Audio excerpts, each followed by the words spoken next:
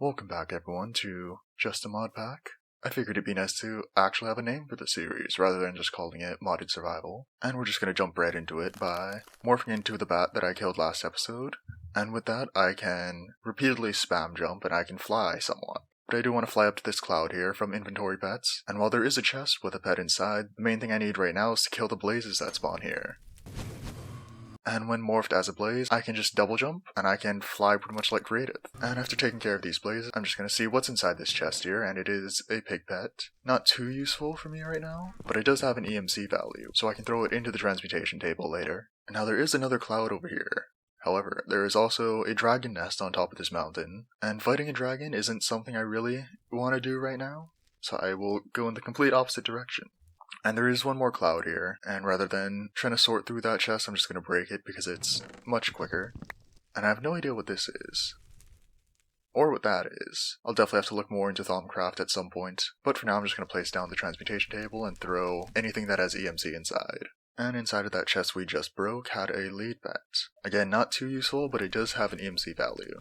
There's also a meteor here, which I will have to come back to later, so I will set a waypoint, but this is going to be essential for the Applied Energistics mod, and eventually when I get into all the technology stuff, I'll be able to make much more efficient storage systems, rather than placing down a bunch of chests. And I've changed my mind, I'm just going to go break this chest and take whatever was inside it. Dragon is right there, so I will try to take this loot quickly and get out of there as fast as possible. And there's a troll here. Interesting.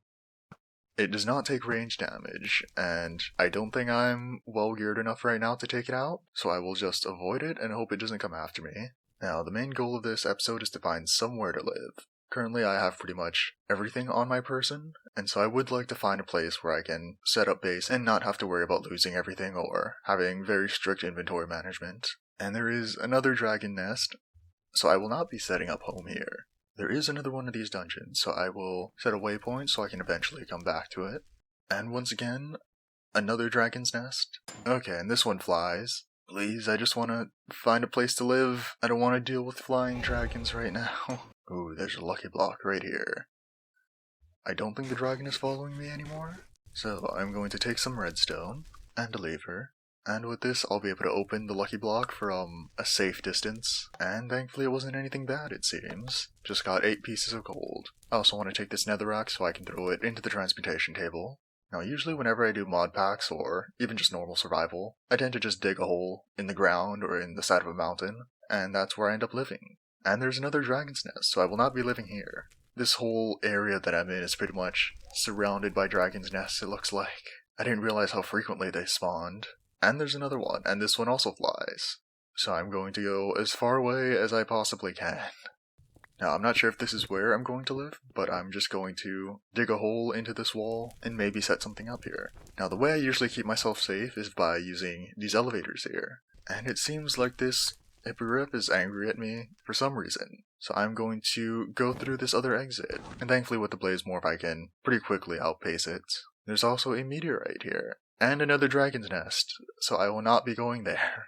When I played this mod pack before, I did set up a base inside one of these trees, or at least at the base of this tree, and then I dug a hole into the ground below it. So maybe I'll do that for this playthrough too. But there is a bunch of water under here, so I will not be doing that right here. There is another one of these trees right here though. There is a dragon slightly to the distance. I am determined to make my base here though, so I will take these aerosaurs out of the way and begin digging a hole for where my base will be. And before I get too low, I do want to place the elevator at the top here. And when I place another one right below it, pressing jump will send me to the elevator above it, and sneaking will send me to the one below. And this is very useful, especially for a base like this, where pretty much everything is underground and separated.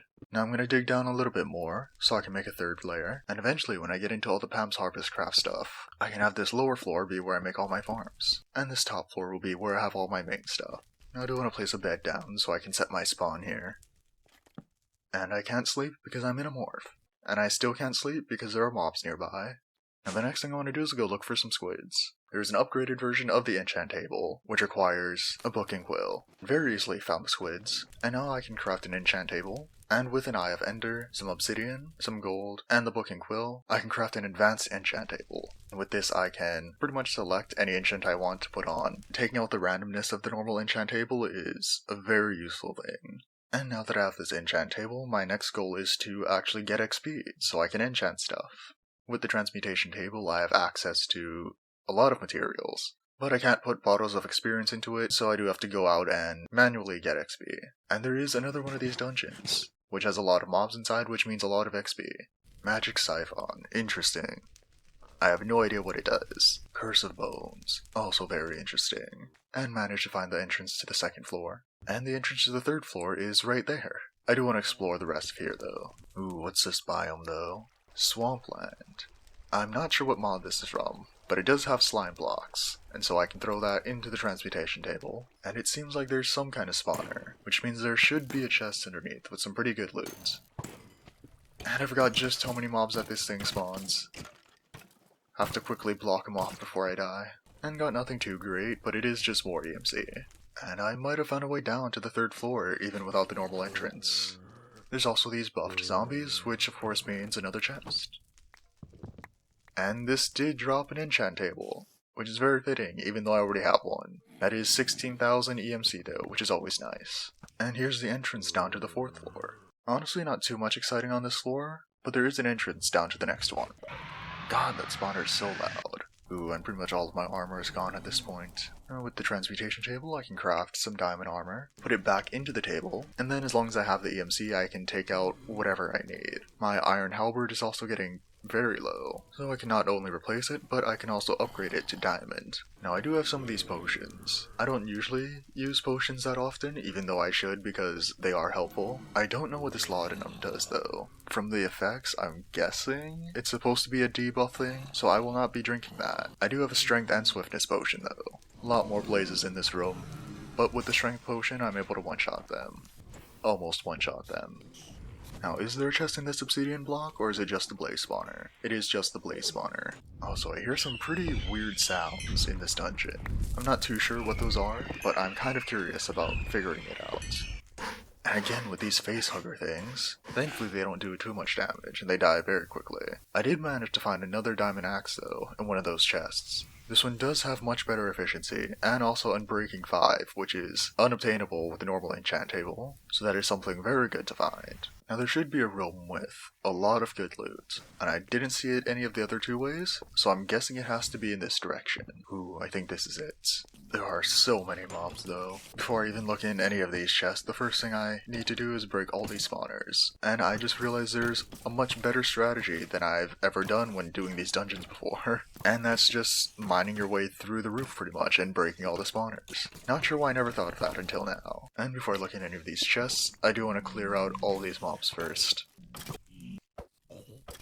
And now to finally look in these chests. A Respiration 4 Unbreaking 6 Iron Helmet. If there's any way that I can take enchants off of an item and get them as a book, that will become very, very useful. And I wanted to save as many books as I could of just enchants that are good to have, but at this point I'm starting to run out of space, and so I do need to make some sacrifices. Anything that can be obtained normally or just doesn't have too much use, I just need to throw into the transmutation table. And something I think I forgot to mention before is, when you throw anything with an enchant into the transmutation table, it doesn't save the enchant on the item. Instead, it just saves it as the base item. So if I were to throw an enchanted diamond pickaxe into the transmutation table, it would only save as a diamond pickaxe with no enchants.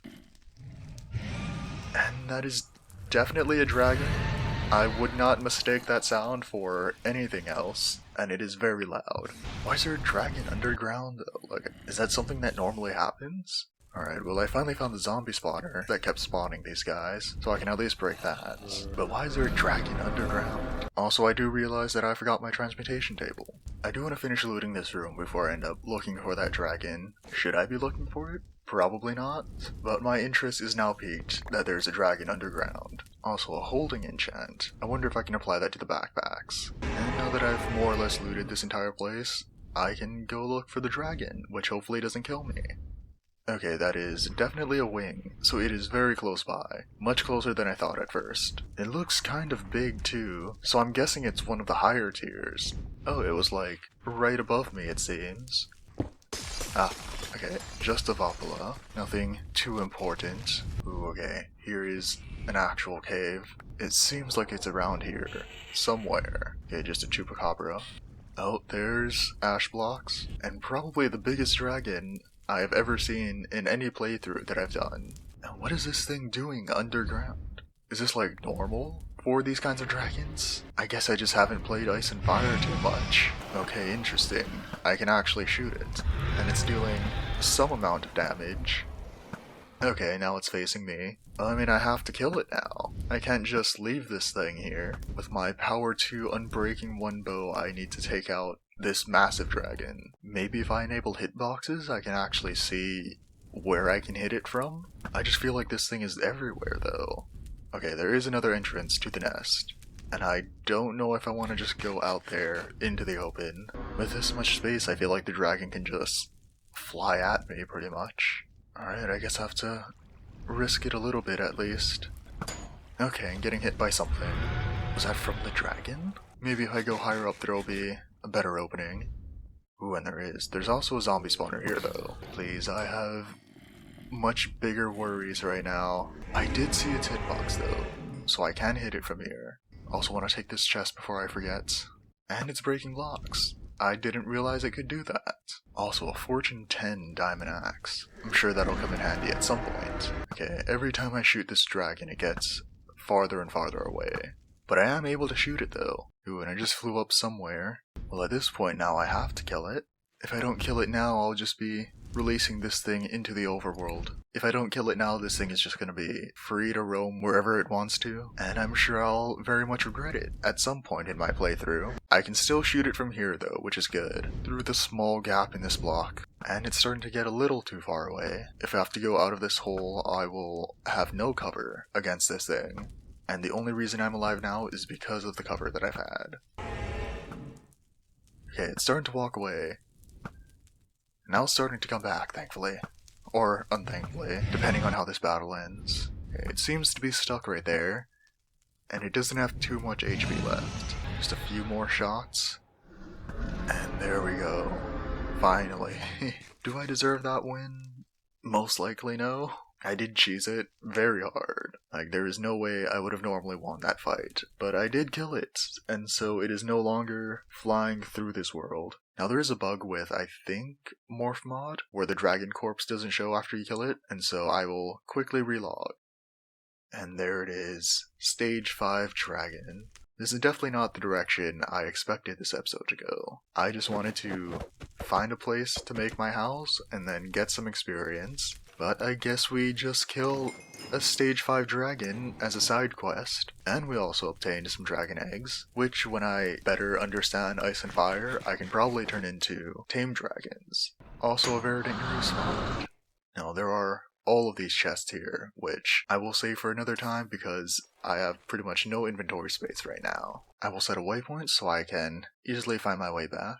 And in a future episode, I'll come back and loot all that stuff. But once again, thank you all for watching. Randomly killed a tier 5 dragon without planning to. And there will be many more random unplanned things like this happening in future episodes, I'm sure.